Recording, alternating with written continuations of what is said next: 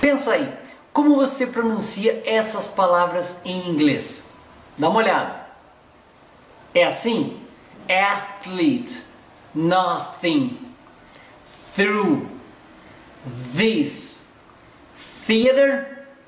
Se é assim que você faz, você está correto, mas equivocado. E por quê? Porque você não precisa fazer caretas para pronunciar o TH em inglês. Simples assim. Quer ver só? Observa. Theater, athlete, nothing, this, through. Percebeu? Mas antes que você fique triste por causa disso, não fique. Você não é o culpado.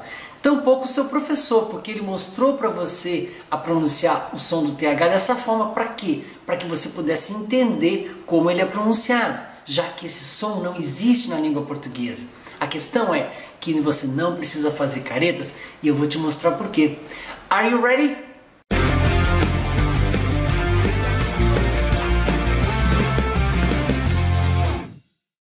Nesse vídeo eu vou mostrar tudo o que você precisa saber sobre como pronunciar o TH em inglês e vou falar das duas possibilidades de pronunciá-lo, também nós vamos compará-lo, nós vamos fazer um exercício para poder evitar problemas de compreensão quando a gente fala e também no final tem uma atividade interativa para você praticar tudo o que você aprendeu diretamente comigo, uma coisa bastante diferente. Fica comigo até o final, tá legal? Eu sou o Gafa, o Eduardo Gafa, do canal English Coaching, e estou muito feliz por ter você aqui nesse vídeo. Então, por favor, deixa seu like para mim, por gentileza, para retribuir essa gratidão, e também que você inscreva-se no canal e faça os seus comentários, o comentário que você quiser. Essa é a melhor parte para mim do vídeo, e é quando você consegue apontar para mim se eu estou indo na direção certa em conseguir ajudar você com uma única missão, a você ter mais tranquilidade, confiança para usar o seu inglês e usar quando você precisar. É isso que eu faço. Bem, a primeira coisa que você precisa saber é o ponto de articulação desse fonema, desse sonzinho que o TH representa. Você já deve ter ouvido falar em que a gente vai colocar a língua para fora, mas não exageradamente, simplesmente a pontinha da língua para fora, desse jeito, e fazendo com que ela toque na pontinha dos dentes de cima, soltando um arzinho, certo? Observa que a minha língua está entre meu lábio de baixo e meu dente de cima, certo? Esse é. E quando a gente fala numa aula de pronúncia ou de fonética, que é o caso aqui, por favor, pronuncie também, pratique você do outro lado, aí faça você o movimento. Se quiser colocar o dedinho aqui, ó, para você perceber que você vai tocar no seu dedo, tanto o lábio quanto a pontinha da língua, e fazer o som sair por cima da língua. Então observa, são dois os sons que o TH tem, certo? Um que é sonoro, que é quando as cordas vocais vibram, e outro que é surdo, que é quando elas não vibram. Mas veja só, isso não importa para você, porque você vai dizer, mas quando eu vou saber qual a diferença entre o TH que é surdo ou que é sonoro? De fato, isso não interessa, o que importa é você articular no ponto de articulação correto, que novamente é entre o lábio de baixo, a ponta da língua e os dentes de cima. É isso que você tem que fazer. Se vai ser surdo ou sonoro, não importa, tá? Você vai com o tempo se acostumando. Mas se você quiser perceber a diferença, quando você for a um dicionário, ou Google Tradutor que seja, ele vai mostrar um símbolozinho que é um ovalzinho com um tracinho no meio. Isso vai dizer que aquele som daquela palavra com TH é surdo. Você não vai, portanto, vibrar as suas cordas vocais, certo? Isso vai ajudar um pouquinho, tá bom? Para você entender um pouco melhor a diferença entre surdo e sonoro, do som do TH, nesse caso, eu vou mostrar uns pares mínimos para você. Vou começar com palavrinhas começando com TH e com a letra T, para você perceber a diferença, então, quando o som do TH é surdo. Observa só. Thanks, thanks. Observe a diferença e procure repetir depois de mim. Esse é o procedimento para aprender. Thanks, thanks. E claro, observe também, a gente sempre faz isso, o ponto de articulação, como eu estou articulando a minha boca para falar. Thanks, thanks. A palavra thank ou thanks e a palavra então obrigado. Thanks and thanks. Thick, thick. Thick, thick. Thick, thick. A palavra carrapato e a palavra grosso, thick. Both, both. Both, both. Both, both. A palavra barco e a palavra ambos. Você percebeu que não precisa de exagero para que a gente possa então pronunciar de maneira correta, articulando corretamente e diferenciando bastante o som de palavras que são similares, são bem parecidas. Observa agora, a gente vai falar sobre aquelas que são sonoras. Saca só. Ten, then. Ten, then. Observa que eu estou vibrando aqui. Ten, número 10, then. A palavra então. Ten, then. Percebeu? Observa essa agora. Tease, these. Tease, these. Tease, these. A palavra provocar e o pronome no plural aqueles. Tease, these. Tá certo? E por fim, os dedos do pé em contrapartida o pronome demonstrativo aqueles. Toes, those. Toes, those. Toes, those. Bom, esses pares mostram pra gente que é bastante grande a diferença entre o T e o TH. Mas tudo bem, isso é fácil de perceber. Agora a gente vai dar um passo mais avançado para dominar a pronúncia do TH. Talvez a palavra mais comum que a gente use com TH no dia a dia seja o verbo pensar. Pensar ou achar, né? Que a gente fala muito I think so, por exemplo. Think é o verbo think. Think. Think. Certo? Qual é o passado do verbo think? Ou o particípio, a forma do particípio do verbo think? Thought. Thought. Think, thought, thought. Think, thought, thought. Por que é importante diferenciar bastante o ponto de articulação?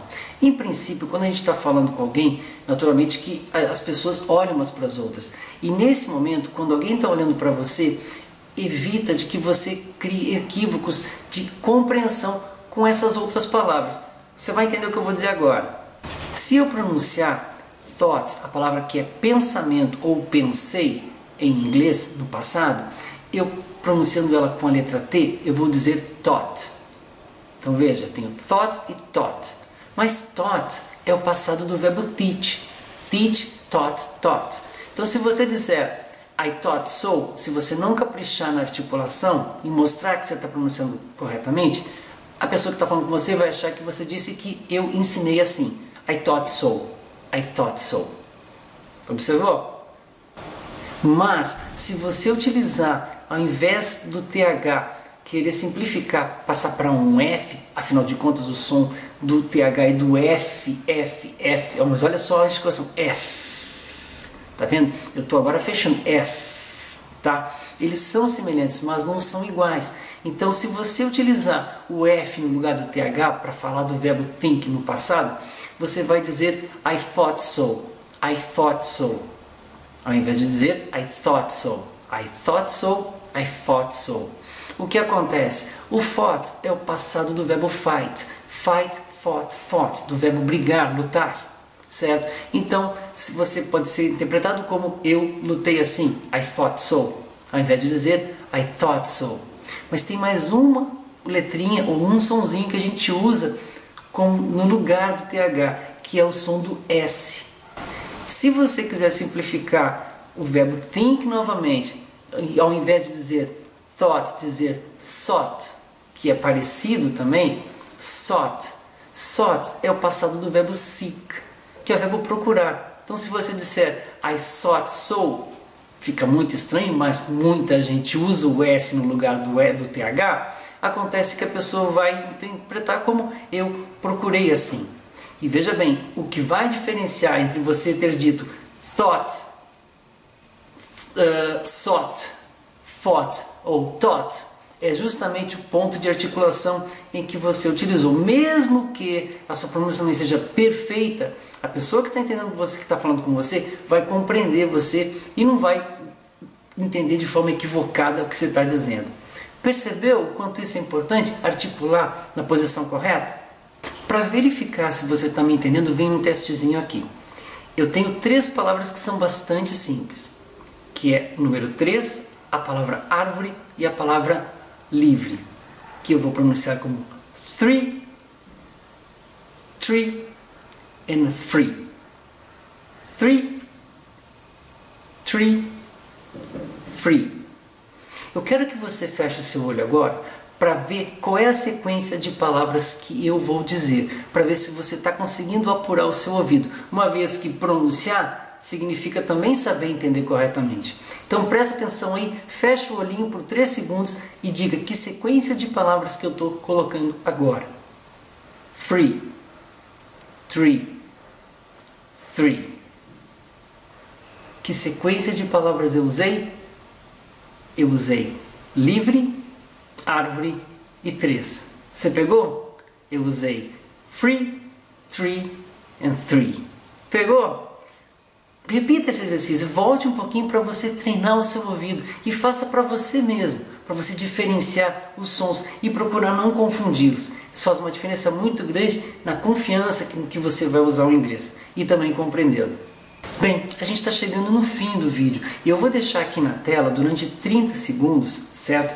Para que você possa apreciar esse tongue twist com TH, ou seja, esse trava-línguas com o TH, certo? Ele é interessante para você praticar, você vai encontrar várias palavrinhas com TH junto dele. Não importa se elas são sonoras ou surdas nesse momento, importa sim o ponto de articulação correto.